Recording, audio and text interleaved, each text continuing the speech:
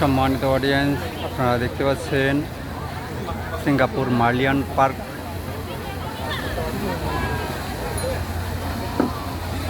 এই যে দেখেন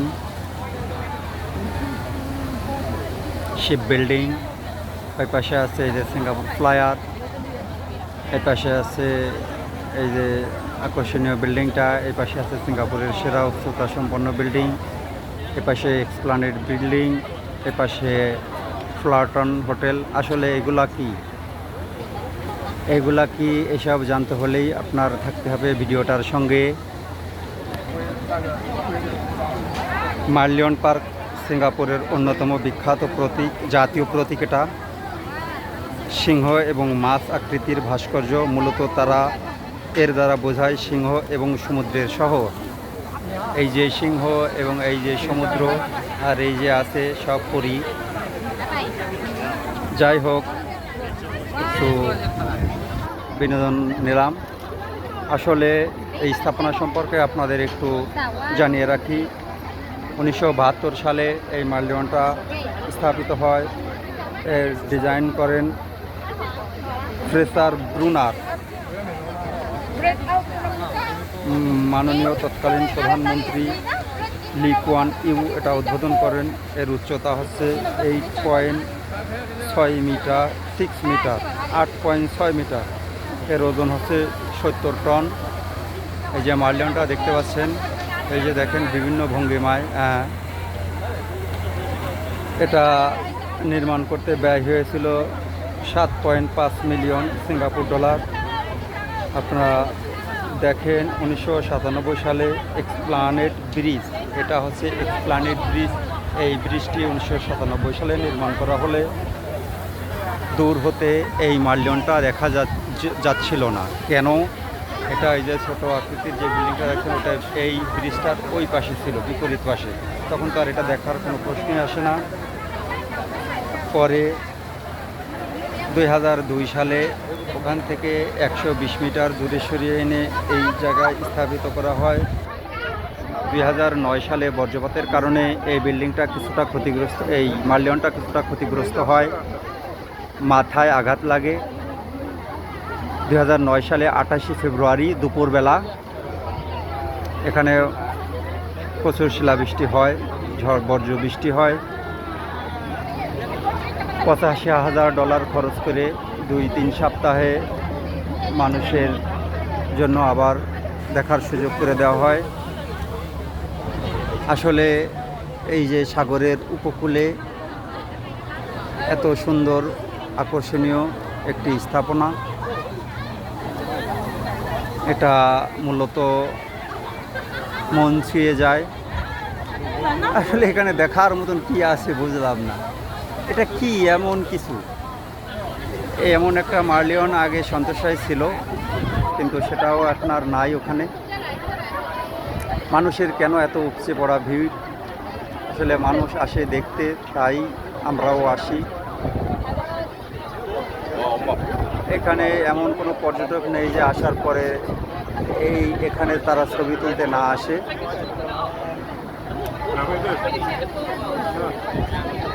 ইউরোপ, আমেরিকা, বিভিন্ন দেশের, এমনকি আমাদের দেশের লোকজনও আসে যে এটা আমাদের দেশের।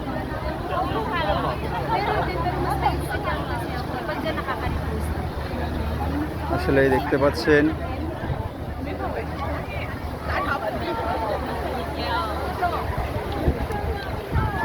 এই যে সাগরের ভিতরে ডিবিএস ব্যাংক সহ বিভিন্ন বোর্ড আপনারা দেখতে পাচ্ছেন। তারা ঘুরতেছে, $12 লাগে তারা এখানে ঘুরে আসতে। আসলে এটা কিভাবে সম্ভব সেটাই মাথায় আসে না। এত একটা আকর্ষণীয়, এত একটা ব্যয়বহুল স্থাপনা তারা কীভাবে তৈরি করলো। 1965 সালে এই সিঙ্গাপুর মালয়েশিয়া তাদেরকে তাড়িয়ে দেয়।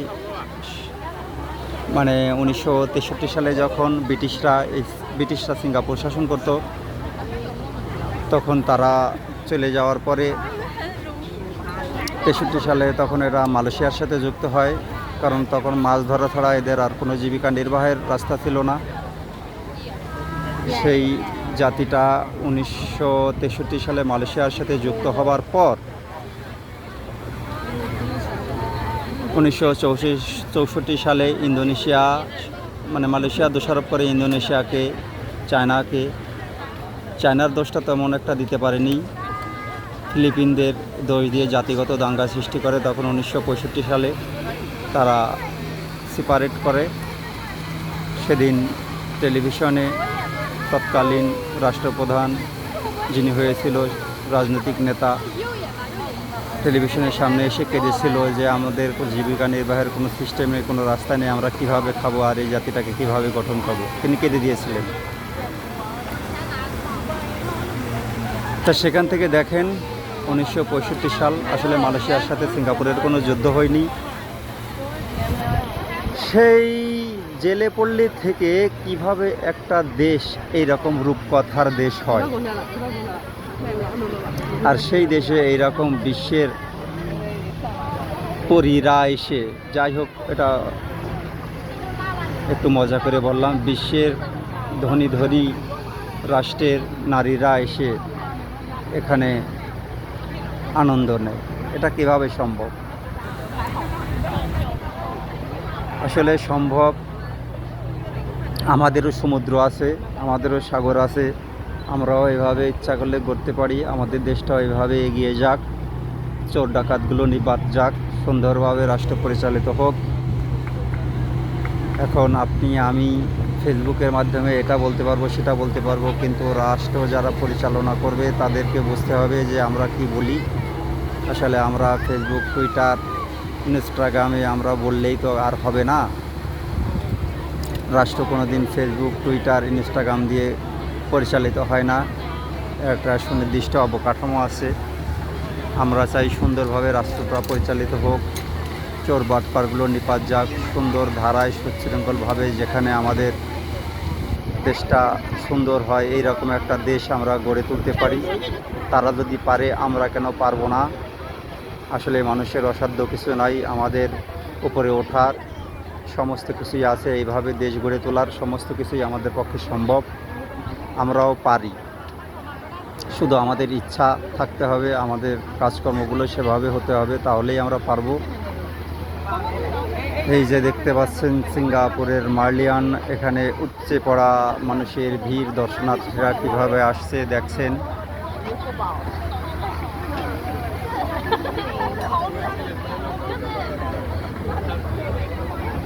এটাও সম্ভব। আসলে সবই সম্ভব। দেশের সরকার আসলে এখানে মূলত 70%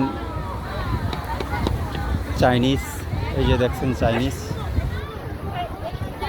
12-14% আছে মালয়েশিয়ান, মালাই, তারপরে ইন্ডিয়ান, তামিল কিছু আছে, বিভিন্ন ধরনের মিয়ানমারে সেই 2-3% আছে। ধরেন এইভাবে তারা দেশটা গড়ে তুলেছে। আসলে সবচেয়ে বিষয় আছে যে এই দেশটা গড়ে তোলার পেছনে তাদের সততা, রাজনৈতিক নেতাদের বস্তুনিষ্ঠ পদক্ষেপ সঠিক। আসলে পৃথিবীতে একটা আকর্ষণীয় পর্যটন নগরী গড়ে তুলেছে তারা, যেভাবে তারা অর্থ ইনভেস্ট করেছে তার থেকে শত শত গুণ তারা ইনকাম করে নিয়েছে। তারা এই যে পর্যটকদের যা আসছে এখান থেকে তাদের ইনকাম, রাজস্ব এর একটা বিরাট অংশ পর্যটকদের কাছ থেকে হতে আসে। আপনারা জানেন মিলিয়ন মিলিয়ন প্রতি বছর পর্যটক আসে এখানে,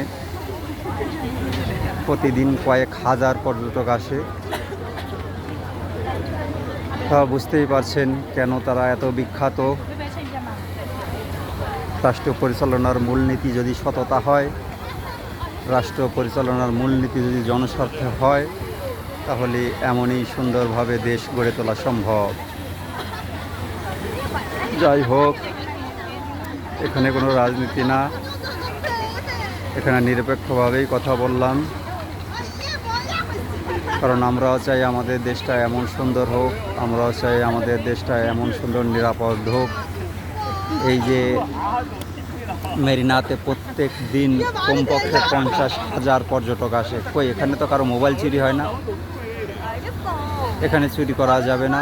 চুরি করলে আপনার 7 বছরের জেল, জরিমানা, তারপরে তা না হলে তাদের এই দেশ থেকে তাড়িয়ে দেওয়া হবে, জীবনে আর এই দেশে ঢুকতে পারবে না, ব্ল্যাক লিস্ট, বুঝতেই পারছেন। আর আপনি যদি সিরিয়াস কোনো কিছু ঘটে ফেলেন তাহলে ওর সাথে সাথে আপনাকে মেরে ফেলবে ইলেকট্রিক শকের মাধ্যমে। যেখানে